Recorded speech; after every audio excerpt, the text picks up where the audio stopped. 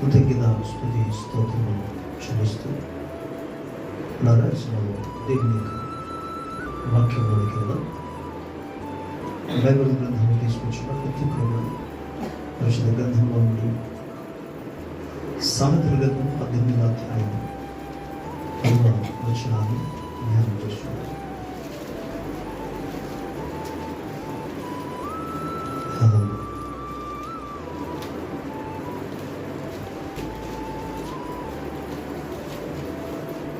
సామెతల గ్రంథం 18వ అధ్యాయం 10వ వచనం. యెహోవా నామము బలమైన దుర్గము, నీతిమంతుడు అందులోకి పరుగెత్తి సురక్షితంగా ఉండును. చిన్న ప్రార్థన మనం చేసుకుందాం.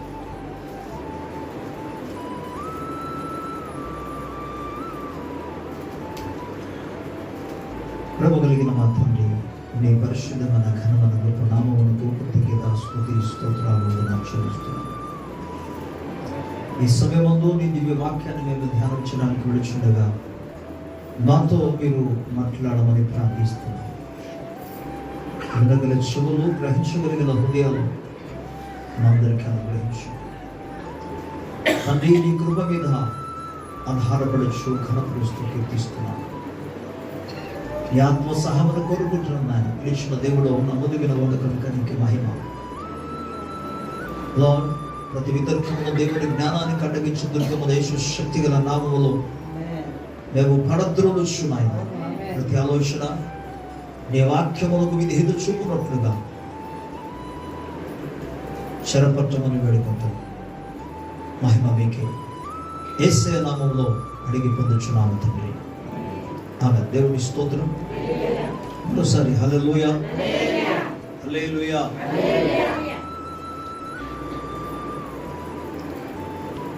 పిల్లరా, ఈ ఉదయకాల సభలో మరోసారి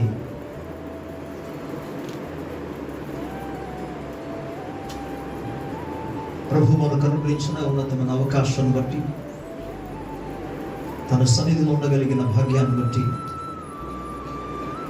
తన అమూల్య రక్తము చేత మనల్ని ఆయన కడిగి విమోచించి తన సొత్తుగా, తన స్వాస్థ్యముగా మనందరినీ కూడా ఆయన ఏర్పాటు చేసినందుకు ప్రభు నామమునికే మహిమ, ఘనత, ప్రభావం కలుగునుగా. తండ్రి నా దేవుని నుండి, మన ప్రభు యేసుక్రీస్తు నుండి మీ అందరికీ కృపయు సమాధానము కలుగునుగాక. ఈరోజు దేవుని యొక్క వాక్య భాగంలో నుండి సామెతల గ్రంథం 18వ అధ్యాయం 10వ వచనంలో, యెహోవా నామము బలమైన దుర్గము, నీతిమంతుడు అందులోనికి పరుగెత్తి సురక్షితముగా ఉండును. ప్రభుకి స్తోత్రం. దేవుని వాక్యం మనకి ఏం జ్ఞాపకం చేస్తుందంటే, యెహోవా నామము లేక యేసుక్రీస్తు ప్రభు వారి యొక్క నామము అదొక బలమైన దుర్గము. గమనించండి, ఇది భౌతికమైన దుర్గము కాదు, ఆత్మ సంబంధం. భౌతికమైన దుర్గము దగ్గరికి సాధారణంగా ప్రాణాన్ని రక్షించుకోవడానికి ఎంతమంది ఏ విధంగా ప్రయత్నం చేశారు. బైబిల్ గ్రంథంలో అనేక సత్యాలు మనకు రాయబడింది. మనం చదువుకున్నప్పుడు మన క్షేమం కొరకు, ఎందుకంటే పాత నిబంధన గ్రంథంలో కానీ పరిశుద్ధ గ్రంథంలో రాయబడిన ప్రతి మాటలు ఇప్పటి కాలంలో ఉన్న మనకు బోధను నేర్పించడానికే అన్ని రాయబడి ఉన్నదని పరిశుద్ధ వాక్యం మనకు జ్ఞాపకం చేస్తుంది. సో ఒక వ్యక్తి జీవితంలో ఫెయిల్ అయ్యారా, ఒక వ్యక్తి జీవితంలో పాస్ అయ్యాడా, ఒక వ్యక్తి జీవితంలో శపించబడ్డా, లేక ఒక వ్యక్తి జీవితంలో దీవించబడ్డా, ఇవన్నీ కూడా పాత నిబంధనలో భక్తుల జీవితంలో జరిగిన సంఘటన అంతా కూడా బైబిల్లో రాయబడింది. ఎందుకు అనంటే అది మనకు పాఠాలు నేర్పించడానికి. ఆ లెసన్స్ మనం నేర్చుకొని మన జీవితంలో ఏం చేస్తే మనము విడుదల పొందుకోగలము, ఏం చేస్తే మనము దీవించబడగలం, ఏం చేస్తే మనం విజయం పొందుకోగలం అనే విషయాన్ని నేర్పించడానికే పాత నిబంధనల భక్తుల జీవితాల్లో బైబిల్ గ్రంథంలో రాయబడింది. దేవునికి స్తోత్రం. ఇప్పుడు దైవ వాక్య ఆధార ప్రకారంగా మనం ధ్యానం చేస్తుండగా, యెహోవా నామము బలమైన దుర్గము. సో ఈ బలమైన దుర్గములోనికి నీతిమంతుడట. నీతిమంతుడు కదా అని చెప్పి కాకుండా, నీతిమంతుడు పరిగెత్తుకొని వెళ్ళి సురక్షితముగా నివసించును అన్నాడు. భౌతికమైన విషయాన్ని జ్ఞాపకం చేస్తాడు.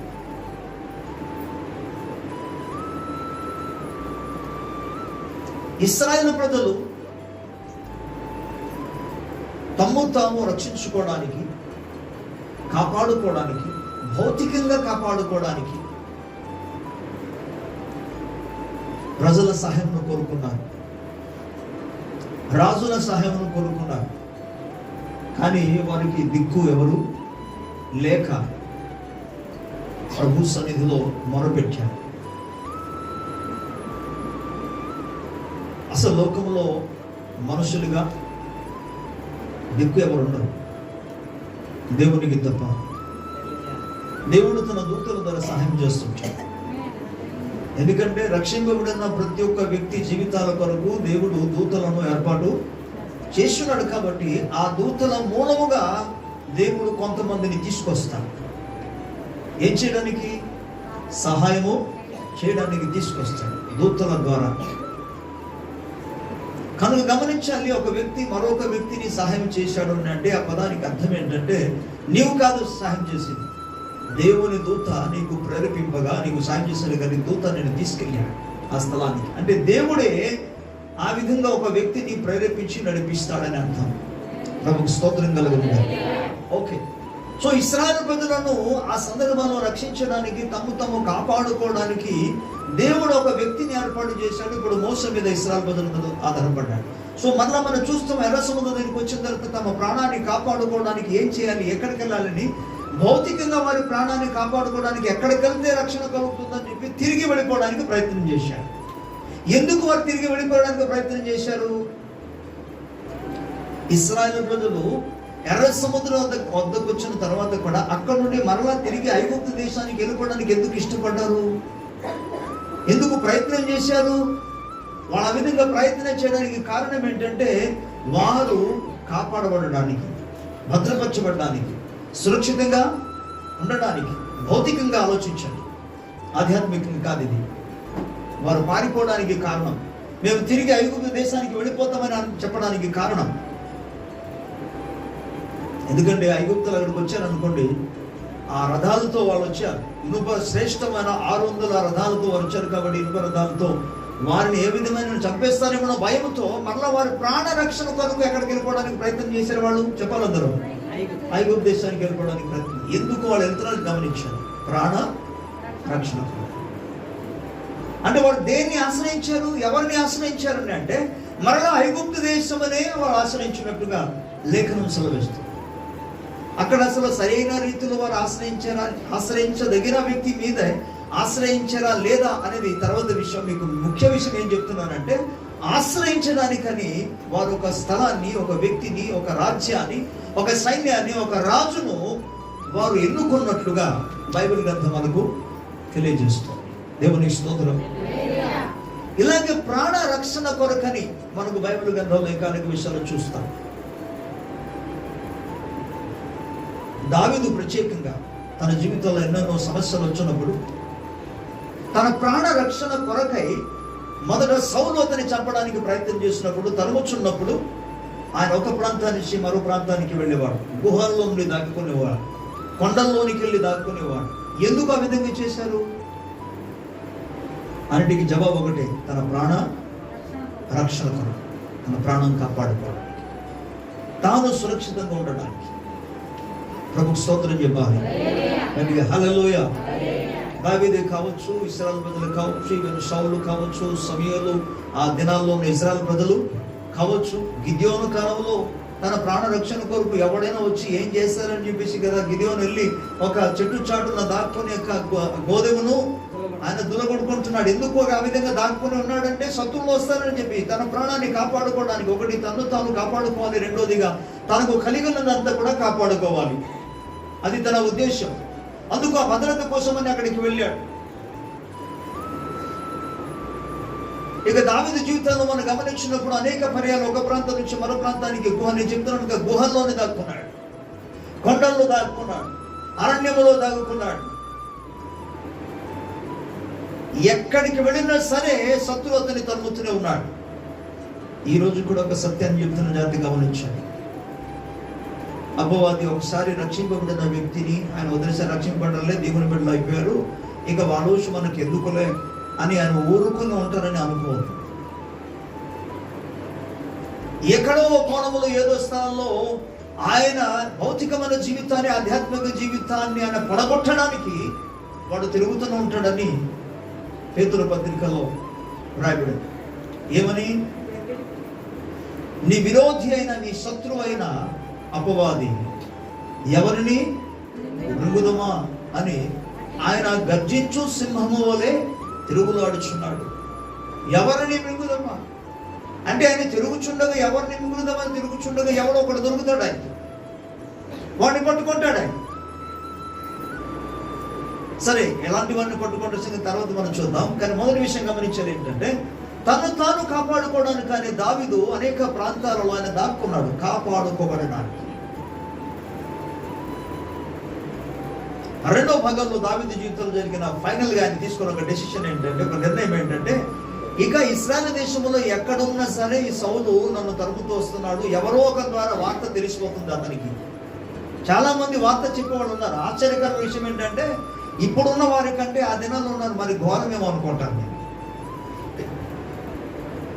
ఎందుకు తెలుసా? ఇప్పుడు అయితే ఏముంది మనకి, ఇప్పుడు కాలంలో మొబైల్స్ ఉన్నాయి కాబట్టి ఎక్కడున్నా సరే సార్ పలానా దగ్గర ఉన్నారంటే అయిపోయింది. విచిత్రం నాకు ఎందుకు విచిత్రం అనిపిస్తుంది అంటే, ఆ రోజుల్లో మొబైల్ ఫోన్లు లేకపోయినా సరే ఎలాగ అసలు వార్త వెళ్ళిపోయిందో చాలా విచిత్రంగా ఉంది.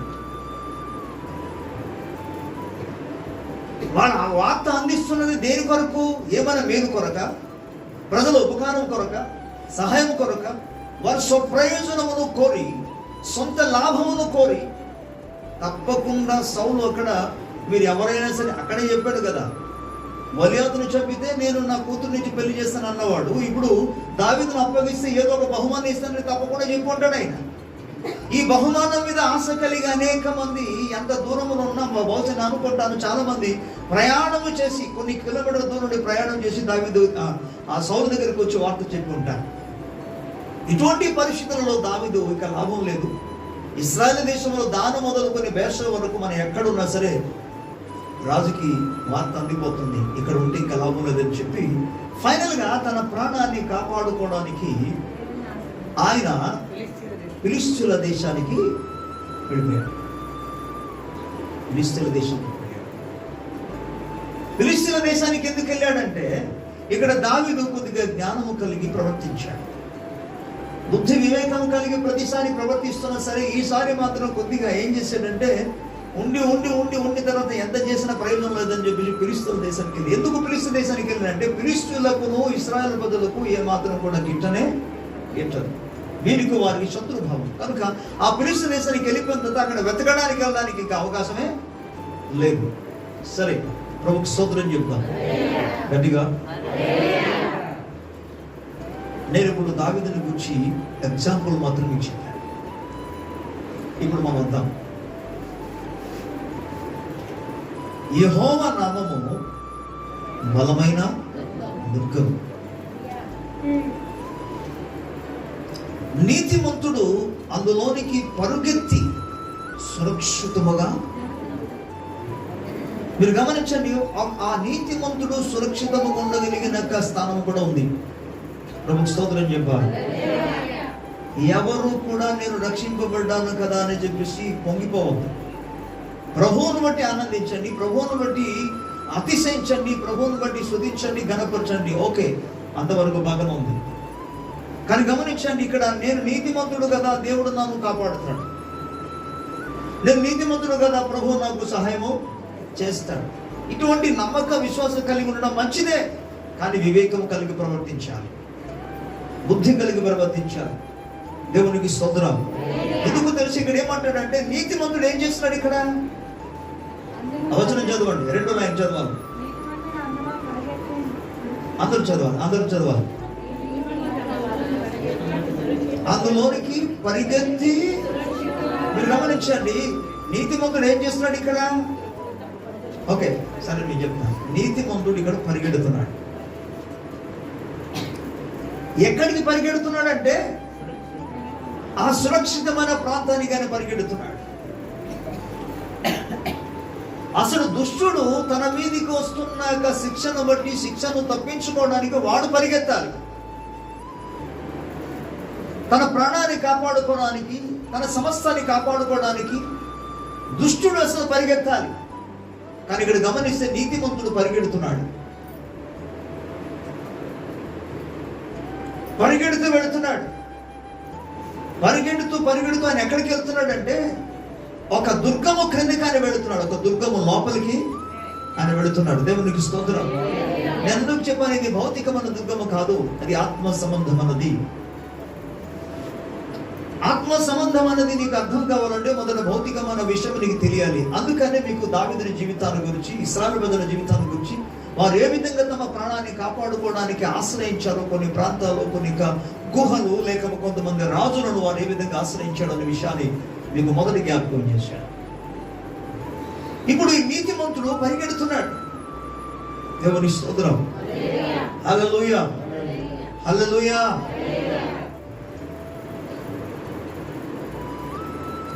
జ్ఞానవంతుడట అపాయము వచ్చుట చూచి అక్కడ నుండి తప్పించుకుంటాడట. జ్ఞాని ఆయన సొలొమోను చెప్పాడు ఈ మాట. ఏంటని? అపాయము రావడం చూసి ఏం చేస్తారట? చెప్పాలి అందరూ, తప్పించుకుంటాడు. కానీ బుద్ధిహీనుడు అపాయము వస్తుందని తెలిసి కూడా మనకేం చేస్తారులే, ఇప్పుడు అంతవరకు ఎందుకు, ఇప్పుడున్న సిచ్యువేషన్ వాతావరణంలోకి మేము తీసుకొస్తాం. ప్రజెంట్ ఉన్న వాతావరణం, నేను మాట్లాడేది ఈ యొక్క మేఘం యొక్క వాతావరణాన్ని గురించి కాదు, వర్షం వాతావరణం గురించి కాదు, కోవిడ్ వాతావరణాన్ని గురించి చెప్తాను. మనం అందరం ఎవరు చెప్పాలందరూ? దేవుని విడలం కదా. మనం యేసు రక్తం కింద ఉన్నాం, రైట్? ఇవన్నీ వాస్తవమే, సత్యమే. ప్రభు సన్నిధానికి మనకు వచ్చినప్పుడు, లేకపోతే మనం బయటికి వెళ్ళినప్పుడు, లేదా లోపలికి వచ్చినప్పుడు,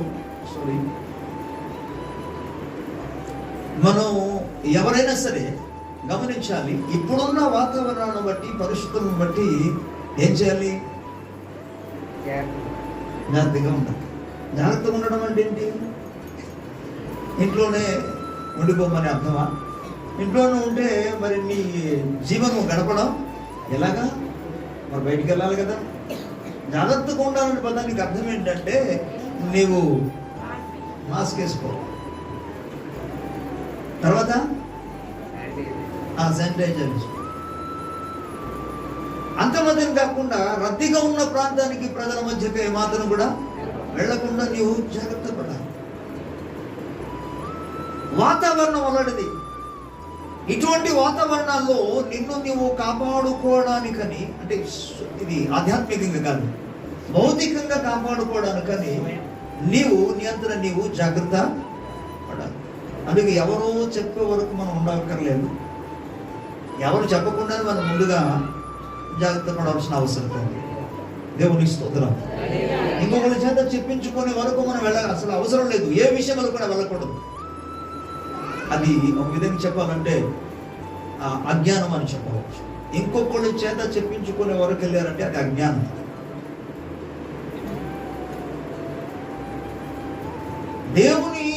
దేవుడు మాట్లాడుచున్నప్పుడు దేవుని మాట చేత ఎవరైతే సరిచేయబడతారో, బాగుచేయబడతారో కూడా ధన్యుడు వస్తారు.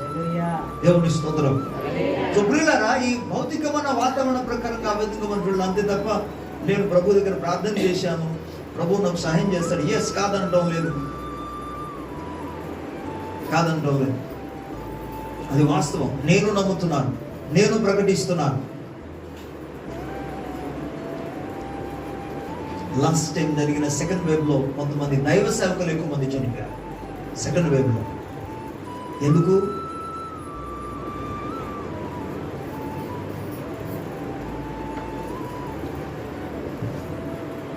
సజీవంగా ఉండి దేవుని సేవలో ముందుకు కొనసాగాలని ఆశ ఉంటే తను తాను కాపాడుకోవాలి, జాగ్రత్తగా ఉండాలి. లేదు త్వరగా వెళ్ళిపోదాం ప్రభు దగ్గరికి అంటే నువ్వు ఎక్కడికైనా వెళ్ళొచ్చు, ఇక దేవుడే అన్ని చూసుకుంటాడని బయలుదేరిపోయి వెళ్ళిపోవచ్చు, ఎవరితో వెళ్ళి కలుసుకోవచ్చు, ఎక్కడైనా మాట్లాడుకోవచ్చు, ఏం లేకుండా మాస్క్ లేకుండా కూడా తిరగవచ్చు. ఎక్కడికి వెళ్ళిపోవాలనుకుంటే త్వరగా దేవుని దగ్గరికి వెళ్ళిపోవాలని అనుకుంటాం. సో భౌతికమైన జీవితాల కొరకు కూడా, బ్రతుకు నిమిత్తం కూడా ఏం చేయాలంటే భద్రత నిమిత్తం. నేను ఎందుకు ఈ విషయాన్ని చెప్తున్నానంటే, మనం ప్రభు బిడ్డలమే, కాదంటలేదు, నేను కాదంటున్నానంటే, మీరు ప్రభు బిడ్డలని నేను చెప్తున్నాను. కానీ విషయం ఇక్కడ ఏంటంటే, ప్రభు బిడ్డ అయినంత మాత్రాన నేను కోవిడ్ తాకదా ఉంటుందా? మరి ఉన్నప్పుడు ఎలా ఉండాలి? మనం చాలా జాగ్రత్తగా అంటే కాపాడుకోవడానికి దీన్ని ఎలాగే ఉపయోగిస్తాము. ఇప్పుడు ఆత్మ సంబంధం వాటిలోనికి వెళ్తున్నాము. భౌతికంగా కూడా మీరు జాగ్రత్తగా ఉండాలి అంతే.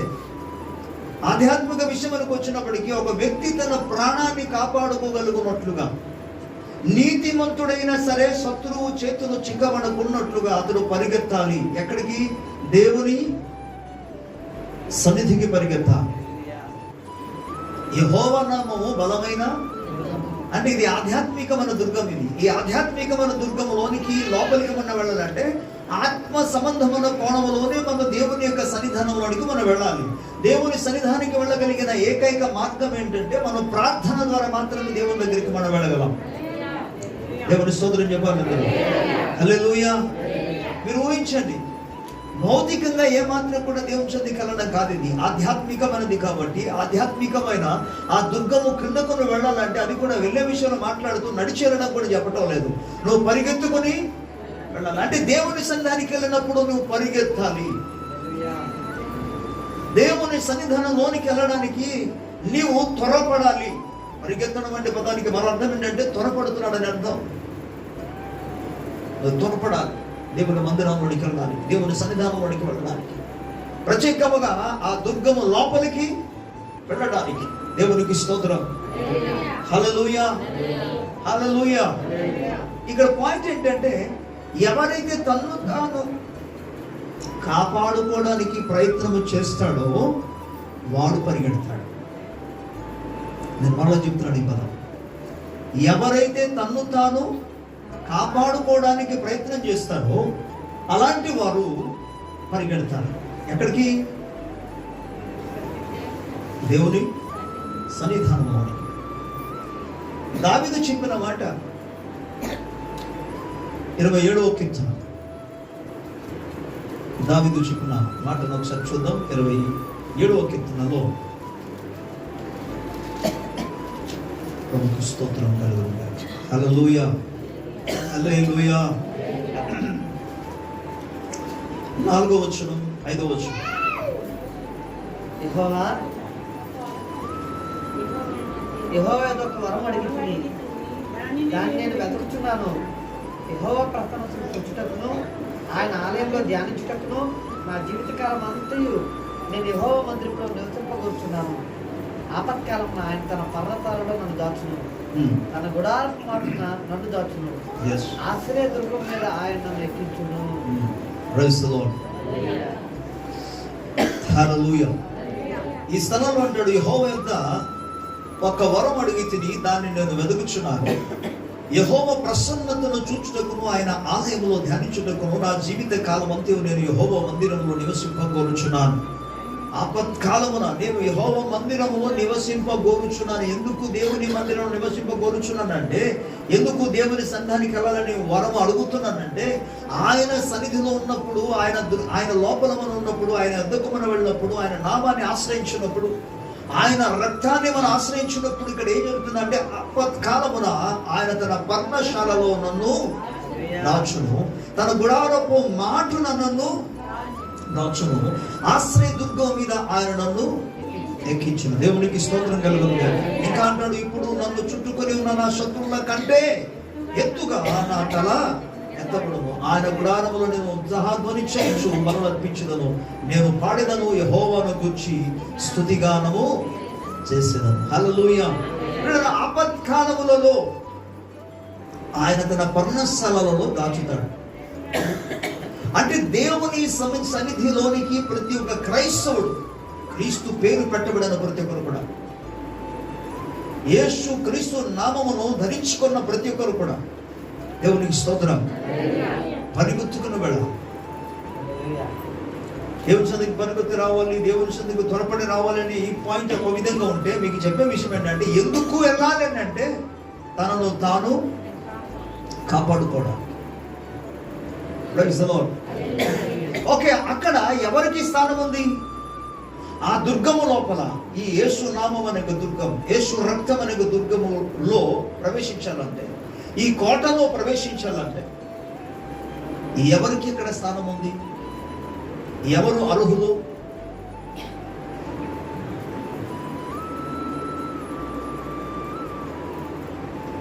ఇక్కడ ఈ వచనాలు మనం చూసాం, నీతిమంతులు అని. అంటే అనీతిమంతులు అందులో ప్రవేశించడానికి అవకాశం లేదు. ఈ దుర్గంలో ప్రవేశించలేదు, ఈ కోటలో ప్రవేశించలేదు.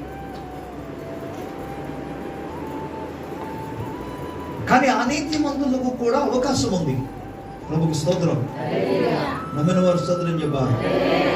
ఎలాంటి అవకాశం అది? ఎలాగది అవకాశం కలుగుతుందంటే, ఎవరైతే అవినీతి కలిగి లేకపోతే భక్తిహీనత కలిగి జీవిస్తున్నారో,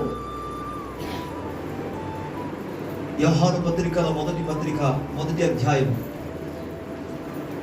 7వ వచనం, దేవుడు వెలుగుగా ఉన్నాడు, ఆయన వెలుగైన ప్రకారము మనము వెలుగులో నడిచిన ఎడల మనము అన్యోన్య సహవాసము గలవారమై ఉంటుంది.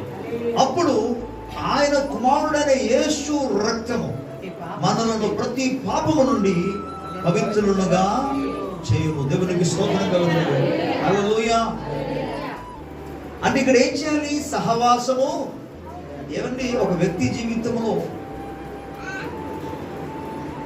క్షేమము కావాలి అని కోరుకున్న ప్రతి ఒక్కరు కూడా ఎక్కడికి వెళ్ళాలంటే దేవుని యొక్క సహవాసంలోనికి వెళ్ళాలి. ఇక్కడ ఏమన్నాడు చూసారా? అక్కడ పదం వాడాడు, మనము అన్యోన్య సహవాసము గలవారమై ఉందుము. మరోసారి చదువుతారు ఈ వచనం, మీకు వివరించాలి ఈ పదం.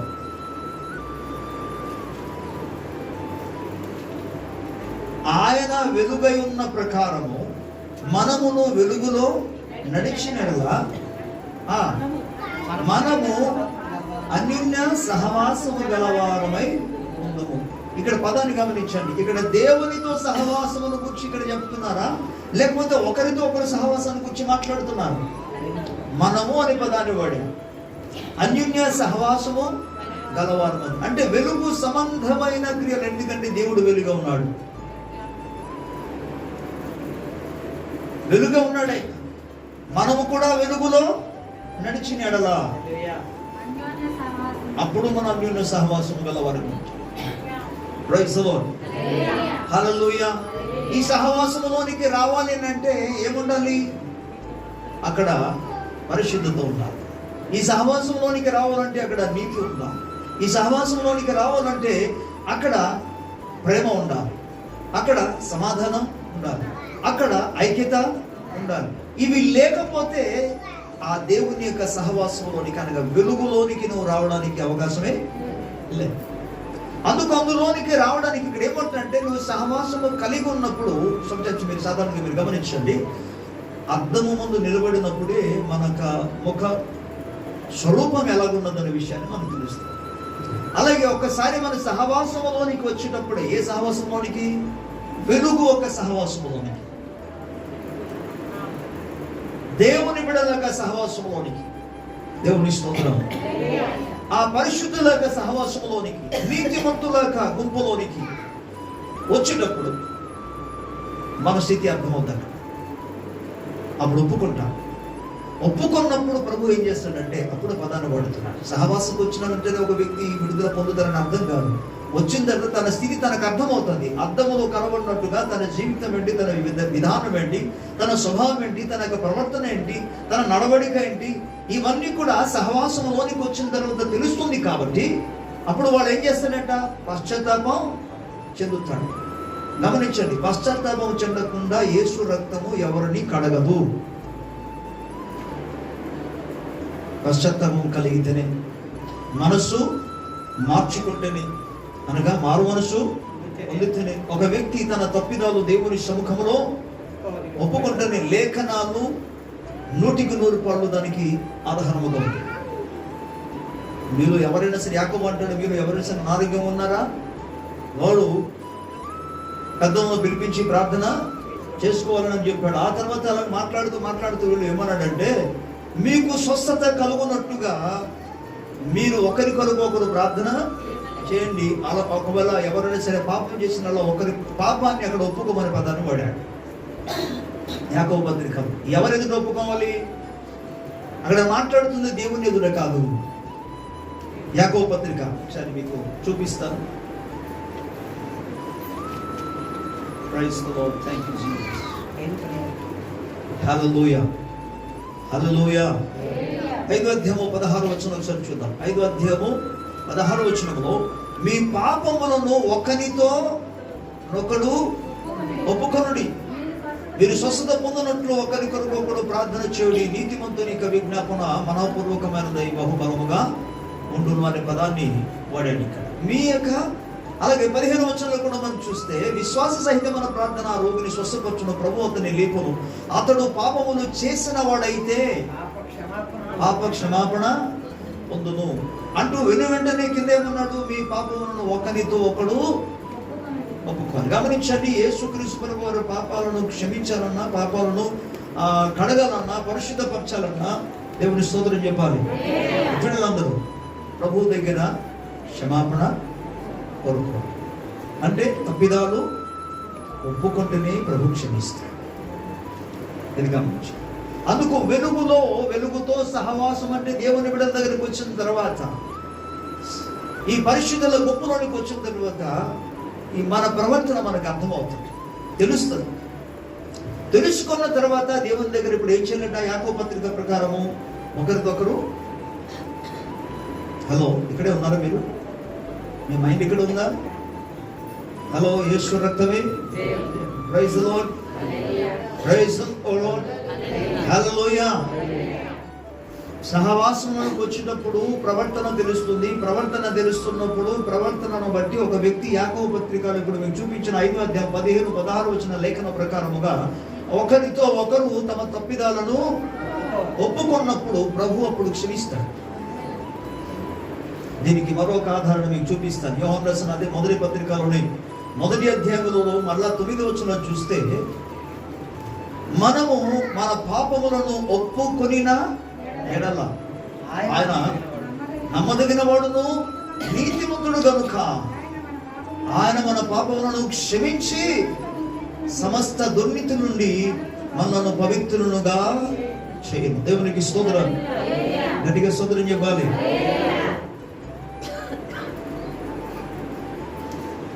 తొమ్మిదవ వచనము స్పష్టంగా చెప్తుంది, మనము మన పాపములను ఒప్పుకొనిన ప్రభు ఎప్పుడు క్షమిస్తాడు. అక్కడ 7వ వచనం మీకు చెప్పినప్పుడు అంతకు అర్థమైందో అవ్వలేదు మాకు తెలియదు, కానీ 9వ వచనానికి వస్తే మీకు స్పష్టం అర్థమైపోవాలి.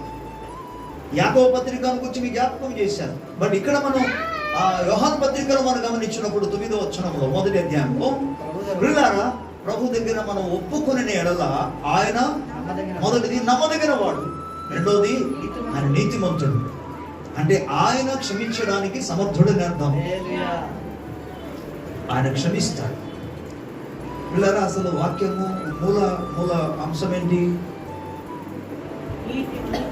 నీతిమంతుడు. ఓకే, సరే. యెహోవా నామము బలమైన దుర్గం. నీతిమంతుడు అందులోనికి పరిగెత్తి వెళ్ళి సురక్షితముగా.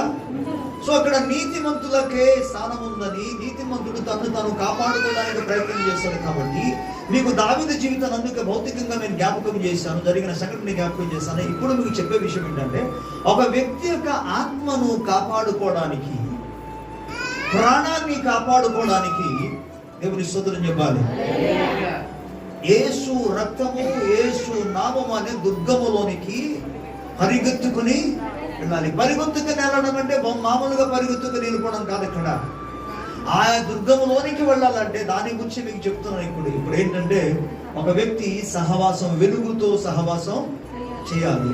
రెండోదిగా మీకు జ్ఞాపకం చేసేది ఏంటంటే, దేవుని సముఖంలో వెలుగుతో సహవాసం చేసిన వెంటనే బట్ట బయలవుతుంది ప్రతి ఒక్కరి జీవితాల ప్రవర్తన. అప్పుడు 9వ వచనం ప్రకారముగా దేవుని సముఖంలో పశ్చాత్తాపం కలుగున్నప్పుడు, తప్పిదాను ఒప్పుకున్నప్పుడు ప్రభు క్షమిస్తాడు. అప్పుడండి ఈ వ్యక్తి ఆ దుర్గములోనికి ప్రవేశించగలడు. దేవునికి స్తోత్రం కలుగును. హల్లెలూయా. ఇప్పుడు మన ఆ దుర్గంలోనికి ఎందుకు ప్రవేశించాలి? మన ఆత్మను చెప్పలందరూ ఆత్మని కాపాడుకోవడం. సూటిగా ఒక మాట చెప్తున్నా, మీకు నిజముగా నీ ఆత్మను కాపాడుకోవాలనే ఆశ నీలో ఉంటే నువ్వు ఆలస్యము చేయకుండా ఆ దుర్గం లోపలికి వెళతావు.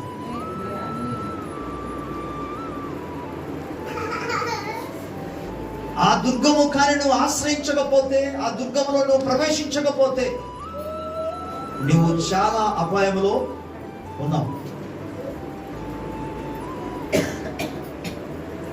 నీ ఆత్మ, నీవు కాదు, నీ ఆత్మ అపాయములో ఉంది. నీ యొక్క ఆత్మ దుష్టిని చేతిలో చిక్కబడడానికి సిద్ధముగా ఉంది. ఎవరు? మారు మనసు పొందకపోతే.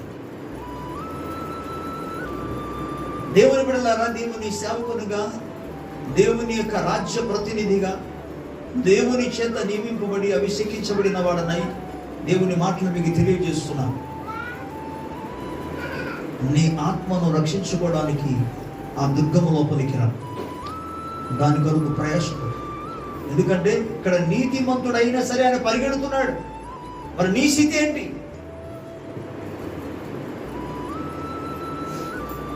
నీ యొక్క కుటుంబ పరిస్థితి ఏంటి? ఎంతగా పరిగెత్తాలి? మళ్ళా చెప్తున్నాను, పరిగెత్తుకొని వెళ్ళడం అనే పదానికి మరో అర్థం ఏంటంటే ఆలస్యం చేయకుండా అతి వేగంగా వెళ్ళడం అని అర్థం. నువ్వు పరిగెత్తుకొని వెళితేనే నువ్వు తప్పించుకోగలవు. దీనికి ఎగ్జాంపుల్ మరొకటి చెప్తాను.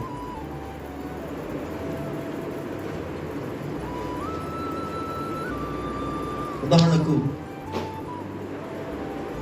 కొన్ని సందర్భాలలో న్యూస్లో చూపిస్తుంటారు, సముద్ర తీర ప్రాంతాల్లో ఒకవేళ సునామీ వస్తుంది అనుకోండి, నీళ్లు అలాగా చాలా ఎత్తున్న కెరటాలు అతి పెద్దగా ఎత్తుగా వచ్చి అది కొట్టుకొని వస్తుంది అనుకోండి. అది చూసిన జనాలందరూ కూడా, బీచ్లో ఉన్న వాళ్ళందరూ ఏం చేస్తారు? ఎందుకు పరిగెడుతున్నారు? తమ ప్రాణాన్ని కాపాడుకోవడానికి అక్కడి నుండి. ప్రియులారా, ఎగ్జాక్ట్గా అదే విధంగా దుష్టుని చేతిలో నుండి తప్పించుకోగలిగిన ఏకైక మార్గం మనం పరిగెత్తుకుని వెళ్ళి ఈ దుర్గములో, అనగా యేసు నామమనే దుర్గములో, యేసు రక్తమైన దుర్గము కిందకు మనం వెళ్ళినప్పుడే మనం ఎంత త్వరగా మనం పరిగెత్తుకొని వెళతామో అంత త్వరగా మనం సురక్షితంగా ఉండగలం. దేవునికి స్తోత్రం. నీవు ఎంత త్వరగా పరిగెడితే అంత త్వరగా నీకు క్షేమం కలుగుతుంది. అంత మేలు నీకు, అంత ఆశీర్వాదం నీకు. అక్కడికి వెళ్ళిన తర్వాత, ఎందుకంటే లేఖనం మనం చూసుకున్న 27వ కీర్తనలో ఆయన తన గుడారపు మాటున దాస్తాడు. ఇప్పుడు ఆపత్కాలమున. దేవునికి స్తోత్రం. నీవే కానీ ఒకవేళ ఆల్రెడీ ఇంతకు ముందే కానీ ఆ దుర్గము లోపల ఉంటే ఇక దేని గురించి భయపడవలసిన పనులేదు. దేవునికి స్తోత్రం. దీనికి దేవుని వాక్యం ఏం చెప్తుంది? పరిశుద్ధ గ్రంథంలో మనం గమనిస్తే 91వ కీర్తనలో ఏమంటాడంటే, యెహోవా నీవే నా ఆశ్రయమని నీవు దేవుని గురించి చెప్పుకొనిచున్నావు కాబట్టి ఏ అపాయమును, ఏ తెగులును నీ గుడారమును సమీపించదు. అంటే ఎవరైతే ఆల్రెడీ అంటే ఇంతకు మునుపే అందులో ప్రవేశించున్నారు. ఎక్కడ ప్రవేశించున్నారు? ఆ మహోన్నతుని యొక్క చాటును, ఆ సర్వశక్తుని యొక్క నీడలోనికి ఎవరైతే వచ్చున్నారో. అందుకే గమనించాలి, ఒక వ్యక్తి ఆధ్యాత్మిక జీవితంలో, భౌతికమైన జీవితంలో కాపాడబడడానికి శత్రువు నుండి, మరి ముఖ్యంగా భౌతికమైన వాటిలో భౌతిక సంబంధమైన కొన్ని పరికరాలు ఉన్నాయి కాబట్టి వాటిని ఉపయోగిస్తే సరిపోతుంది. కానీ ఆధ్యాత్మిక జీవితంలో నీ ప్రాణాన్ని, నీ ఆత్మను రక్షించుకోవాలంటే మార్గం ఒకటే, దానికి మెడిసిన్ ఒకటే, దేవుని సన్నిధికి వెళ్ళడమే. నువ్వు పశ్చాత్తాపం వెళ్ళడమే, నిన్ను నువ్వు తగ్గించుకొని దేవుని దగ్గరికి వెళ్ళడమే. దేవునికి స్తోత్రం. దీనుడుగా దేవుని దగ్గరికి వెళ్ళడమే, వినయము కలిగి దేవుని దగ్గరికి వెళ్ళినప్పుడే. ప్రభుకి స్తోత్రం. హల్లెలూయా. లేకపోతే ఈ లోకంలో ఏదో బ్రతుకుతారు. బ్రతకడం మీద వచ్చేస్తుంది, నీకు చేతిలో పని ఉందని చెప్పేసి, లేదా చదువు ఉందని చెప్పి, ఉద్యోగం ఉంది, వ్యాపారం ఉంది, అదే సంథింగ్ ఏదో ఉన్నది కానీ నేను బ్రతికుతానంట. కానీ తర్వాత నువ్వు ఎక్కడికి వెళ్తావు? నరకం నుండి తప్పించబడడానికి ఏకైక మార్గం ప్రభుకు స్తోత్రం. రక్షింపబడ్డావు, మంచిది. మారు మనిషి పొందావు, మంచిది. ప్రభు నామమున బాప్తిసం తీసుకున్నావు, మంచిది. దేవునికి స్తోత్రం. చర్చికి వెళుతున్నావు, అది కూడా మంచిదే. కానీ వెళ్ళినంత మాత్రాన తప్పించుకోవడానికి అర్థం కాదు. ఆ దుర్గంలో ప్రవేశించాను, అక్కడ ఉండాలను. ఇశ్రాయేలు ప్రజలతో దేవుడు మాట్లాడుతూ ద్వారబంధములో నిలువ అలాగే అడ్డుగా ఆ రక్తమును మీరు హిస్సోపుతో దాన్ని రాసిన తర్వాత మీరు లోపల నుండి బయటికి రాకూడదు అన్నాడు. ప్రభుకు స్తోత్రం. గట్టిగా స్తోత్రం చెప్పాలి. లోపల నుండి అనగా ఏ లోపల నుండి? భౌతికంగా అక్కడ చెప్పాడు. ఇప్పుడు ఆధ్యాత్మికమైన జీవితం అంటే ఒకసారి దేవుని యొక్క పరిశుద్ధత అనే ఒక కోటలో ప్రవేశించిన తర్వాత, నీతి అనే కోటలో ప్రవేశించిన తర్వాత, దేవుని స్తోత్రం, సత్యము అనే కోటలో ఒకసారి నువ్వు ప్రవేశించిన తర్వాత ఆ కోటలో నుండి నువ్వు బయటికి రాకూడదు. ప్రవేశించి ఎక్కడ ఉన్నావా? దేవునికి స్తోత్రం. ప్రభువే చెప్పాడు, అందులో ప్రవేశించిన తర్వాత ఎవరు కూడా బయటికి రాకూడదు అని. దేవుని ప్రజలారా, ఆ పరిశుద్ధుల గృహంలోనికి, దేవుడు ఏర్పాటు చేసిన దేవుని యొక్క సన్నిధానంలోనికి మనం వెళ్ళడం అంటే స్నానం చేసి చక్కటి వస్త్రాలు ధరించుకొని అవి పెట్టుకుంటాం. ఇది కాదు పాయింట్. నీవు నీ అంతరంగంలో దైవ స్వభావంలోనికి నువ్వు మలచబడినప్పుడు ఎవ్రీ టైం ప్రతిసారి కూడా దైవ వాక్యం వింటున్న ప్రతిసారి, దైవ వాక్యం చదువుకుంటున్న ప్రతిసారి కూడా నీవు మనస్సు మార్చుకొని పశ్చాత్తాపము కలిగి ఉన్నప్పుడే, నీ తప్పిదాలు ఒప్పుకున్న ప్రతిసారి కూడా నువ్వు లోపల ఉండడానికి అవకాశం, ప్రవేశించడానికి అలాంటి వారికి ద్వారం తెరవబడతాయి, లేకపోతే ద్వారం తెరవబడతాయి. ఉదయకాల సంఘంలో దేవుని సేవకునిగా చెప్పే విషయం ఒకటి, నిన్ను నీవు కాపాడుకోవడానికి ప్రయత్నం చేయాలి. Praise the Lord. ఇది భౌతికమైన విషయం కాదు, ఇది ఆధ్యాత్మికమైనది. అందుకు తనను తాను కాపాడుకుంటాడని పదాన్ని వాడు. రోడ్డు మీద మున్సిపాలిటీ బండి ఒకరు వెళుతుంది అనుకోండి, వెహికల్ వెళ్తుంది అనుకోండి, వెనుక వెళుతున్న వాళ్ళందరూ కూడా దాన్ని తప్పించుకొని త్వరగా ముందుకు వెళ్ళిపోవడానికి ప్రయత్నం చేయాలి. ఎందుకంటే అది ఒక చెడ్డ వాసన వస్తుంటుంది. అలాగే అటువంటి ప్రాంతాల్లో కానీ స్థలాల్లో ఉన్నవాళ్ళు కూడా దగ్గర ఉన్నారనుకోండి, డస్ట్బిన్ దగ్గర ఉన్నారనుకోండి, అక్కడి నుంచి తప్పించుకోవడానికి ప్రయత్నం చేస్తారు. మరి నీవు ఎందుకు అసలు లోకంలో నుండి తప్పించుకోవడానికి ప్రయత్నం చేయవు? ఒకసారి దేవుని వాక్యంలో యోహాను రాసిన పత్రిక 5వ అధ్యాయం, యోహాను రాసిన మొదటి పత్రిక 5వ అధ్యాయంలోనికి మరోసారి మనం వెళ్దాం. స్తోత్రం. హల్లెలూయా. Thank you Jesus. 18వ వచనం, దేవుని మూలముగా పుట్టి ఉన్నవాడు ఎవడును పాపము చేయడని ఎరుగుదుము. ఈ మాట చాలా జాగ్రత్తగా వినండి. దేవుని మూలముగా పుట్టినవాడు తన్ను భద్రము చేసుకొనును గనుక దుష్టుడు వానిని ఉంటాడు. హల్లెలూయా. ఇది చాలా బలమైన దేవుని యొక్క మాట.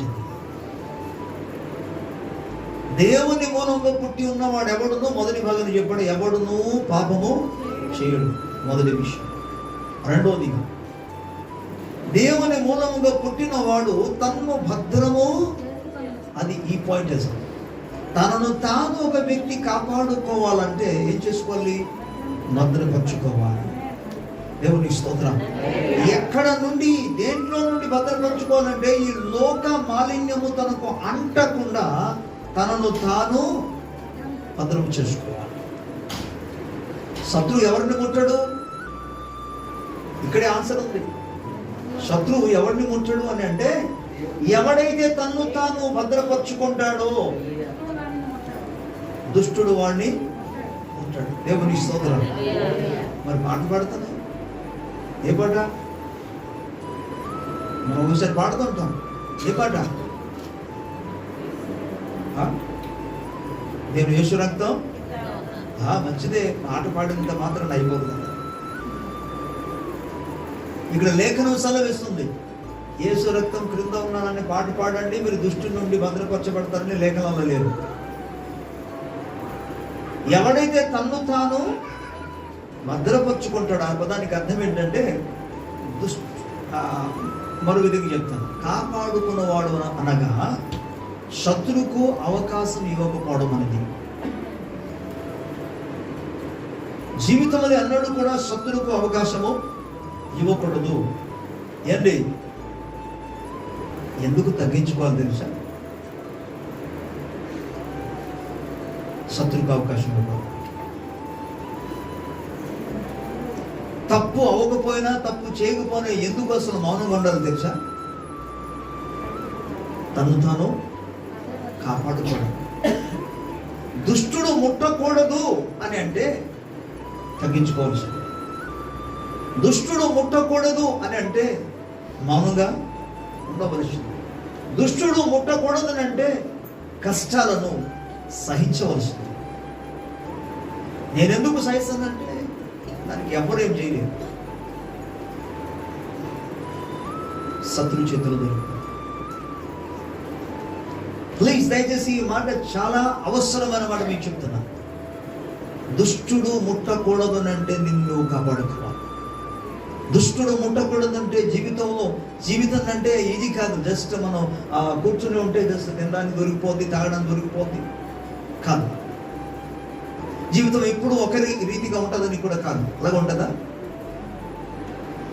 ఒకే రకంగా ఉంటుంది జీవిత యాత్రలో ప్రయాణం చేసినప్పుడు అనేక మన పరిస్థితులు, అనేక మన ఘట్టాలను మనం ఎదుర్కొంటాం. వాటన్నింటినీ కూడా మనం జయించి వెళ్ళాలి. అంటే ఆ మాటకు అర్థం ఏంటంటే, క్షేమకరమైన సమయం ఉంటుంది, సంతోషకరమైన సమయం ఉంటుంది, ఆనందకరమైన సమయం ఉంటుంది, కలిసి ఉండే సమయాలు ఉంటాయి. ప్రజలు నిన్ను సహకరించి నిన్ను బలపరిచి ప్రోత్సహించే సమయాలు ఉంటాయి. ఒక్కొక్కసారి నేను తృణీకరించి, నిన్ను ద్వేషించి నిన్ను విడిచిపెట్టే సందర్భాలు కూడా వస్తాయి జీవితంలో. వీటన్నిటి కూడా జీవితంలో వస్తున్నప్పుడు నేను పొగిడే సందర్భాలు ఉంటుంది, అదేవిధంగా నేను అవమానపరిచే సందర్భాలు కూడా ఉంటాయి. ఇవన్నీ కూడా ఏం చేయాలి తెలుసా? నీవు సహించాలి. దేవునికి స్తోత్రం. గట్టిగా స్తోత్రం చెప్పాలి. నీవు వాటిని సహించినప్పుడే నిన్ను నువ్వు కాపాడుకుంటున్నావు. అప్పుడు దుష్టుడు నిన్ను చెప్పాలందరూ ముట్టలేడు. శత్రుడు నిన్ను ముట్టలేడు. ఈరోజు సందేశం ఒకటి, నిన్ను నువ్వు కాపాడుకోవాలి, నిన్ను నువ్వు భద్రపరచుకోవాలి. దుష్టుడు ముట్టకూడదు అని అంటే నువ్వు దేవుని సముఖంలో ప్రభువును బట్టి దేవునిని బట్టి, యేసుక్రీస్తు ప్రభువును బట్టి, ఆయన వాక్యాన్ని బట్టి తగ్గించుకోవాలి. Praise the lord. హల్లెలూయా. ఆయన వాక్యాన్ని బట్టి సహించాలి. యేసు ప్రభు సాతాను నుండి ఒక్క దెబ్బకి కొట్టలేడా? కొట్టడం ఎందుకు? మాట సెలవిసి చాలు. వారు బంధించబడతాడు, అపవాది బంధించబడతాడు. పాతాళానికి ఎలుపురాను బాబు అన్న వెంటనే వెళ్ళిపోతాడు ఆయన. అంతే. ప్రభు మాటల్లో ఆ శక్తి ఉంది. ఎందుకంటే ఆయన సకల సృష్టికి ఆధారభూతుడు, సృష్టి అంతా కూడా కలుగు చేసిన వాడు, ఆయన సర్వాధికారం కలిగిన వాడు. కానీ ఎందుకు సహించాడు తెలుసా? దుష్టుని ఏ విధంగా విరగొట్టాడైనా, దుష్టుని తలను ఏ విధంగా చిదగొట్టాడైనా, దుష్టుని శత్రువుని ఏ విధంగా, అపవాదిని శాతాన్ని ఏ విధంగా తన తలని చిదగొట్టాడంటే, ఆయన తనకు కలిగిన తప్పు చేయకుండా కూడా, నష్టము చేయకుండా కూడా, ఇతరులను ఇబ్బంది కలిగించక కూడా ఆయన ఆ సర్వ మానవుల విమోచన కొరకై శ్రమను అనుభవించాడు. కాబట్టి నోరు తెరవకుండా మౌనంగా ఉన్నాడు. కాబట్టి శిలువ మరణం వరకు తను తాను తగ్గించుకున్నాడు. కాబట్టి అపవాదికి ఈవెన్ ఎంతవరకు అంటే మరణం వరకు కూడా తగ్గించుకున్నాడు. స్తోత్రం. ఈ లోకం ఏది కూడా మనకు శాశ్వతమంది కాదు. లోకంలో ఉన్నది ఏది కూడా శాశ్వతమంది కాదు. దేవుడు శాశ్వతమైన వాడు, దేవుని రాజ్యం శాశ్వతమైనది. దేవుని రాజ్యములో, ఆ శాశ్వత రాజ్యంలో ప్రవేశించడానికి ప్రయాస. ప్రైజ్ ది లార్డ్, హల్లెలూయా. లేకపోతే ప్రార్థన అవసరం లేదు, వాక్యం అవసరం లేదు, ఈ ఆదివారాలు శుక్రవారాలు మనం కూడుకోవాల్సిన పనే లేదు, అవసరం లేదు. ఎవరి పనులు వాళ్ళు వెళ్ళిపోవచ్చు. అసలు ఇది కూడుకోవడానికి ముఖ్య కారణం ఏంటంటే, ఈ విధంగా దేవుని వాక్య మాటలు వినడానికి కారణం ఏంటంటే, మన ఆత్మను పోషించడానికి, ఆత్మను భద్రపరచడానికి, ఆత్మను కాపాడుకోవడానికి, దాని కొరకే మనం ఈ ఏర్పాట్లన్నీ కూడా కూడుకోవడం అంది, కూడికలని. దేవునికి స్తోత్రం. ఇంకా అదే లేకపోతే ఏమి ప్రయోజనం ఉండదు. పిల్లరా, మన ఆత్మలను మనం కాపాడుకోవడానికి తగ్గించుకోవాలి. హల్లెలూయా. కష్టం వస్తుంది, సహించాలి. ప్రతికూలత వస్తుంది, భరించాలి. మనుషులను బట్టి కాదు, మనుషుల కొరకు కాదు, ఇది మన ఆత్మ. ఎందుకంటే ఈ మాట చెప్తున్నాను, అలా చేయలేదు అనుకోండి, దుష్టుని చేతిలో అది చాలా భయంకరంగా ఉంటుంది. అటువంటి పరిస్థితి కలగకూడదు. తగ్గించుకొని ఉంటే కొన్ని పరిస్థితులు గందరగోళంగా ఉండేది కాదు.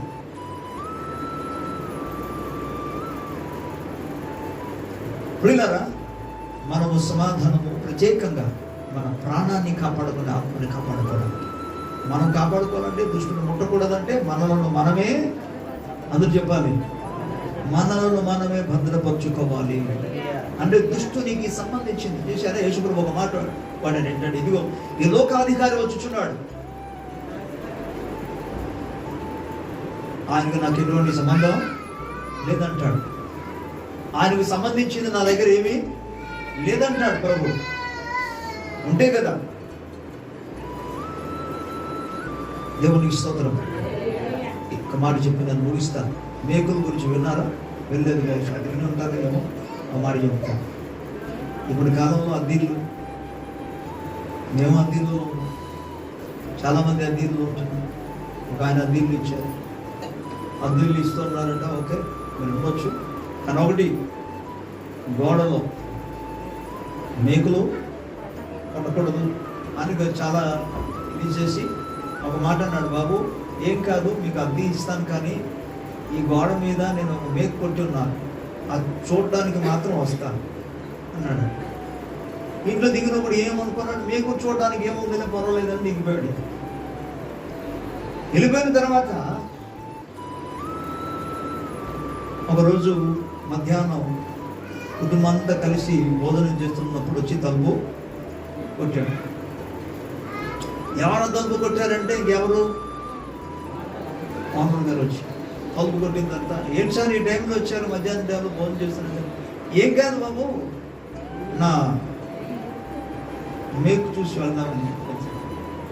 ఓ అదేనా, సరే రండి సార్, రండి, కొంచెం చూసేవాడు, కొంచెం చూసి వెళ్తాడు. అదేదో ఒక్కసారి అనుకోని ఈయన అనుకున్నాడు. ఇక డైలీ ఏదో కరెక్ట్గా వాళ్ళు భోజనం ఉన్నప్పుడు కానీ, అందరూ సంతోషంగా ఉన్నప్పుడు కానీ, మరికొన్ని సందర్భాల్లో ఏమో రాత్రి పడుకుంటే కూడా ఆయన వస్తాడు, వచ్చి తలుపు కొడతాడు. ఎవరు అని అంటే, ఎవరు, ఏంటి సార్ ఈ టైంలో వచ్చారు?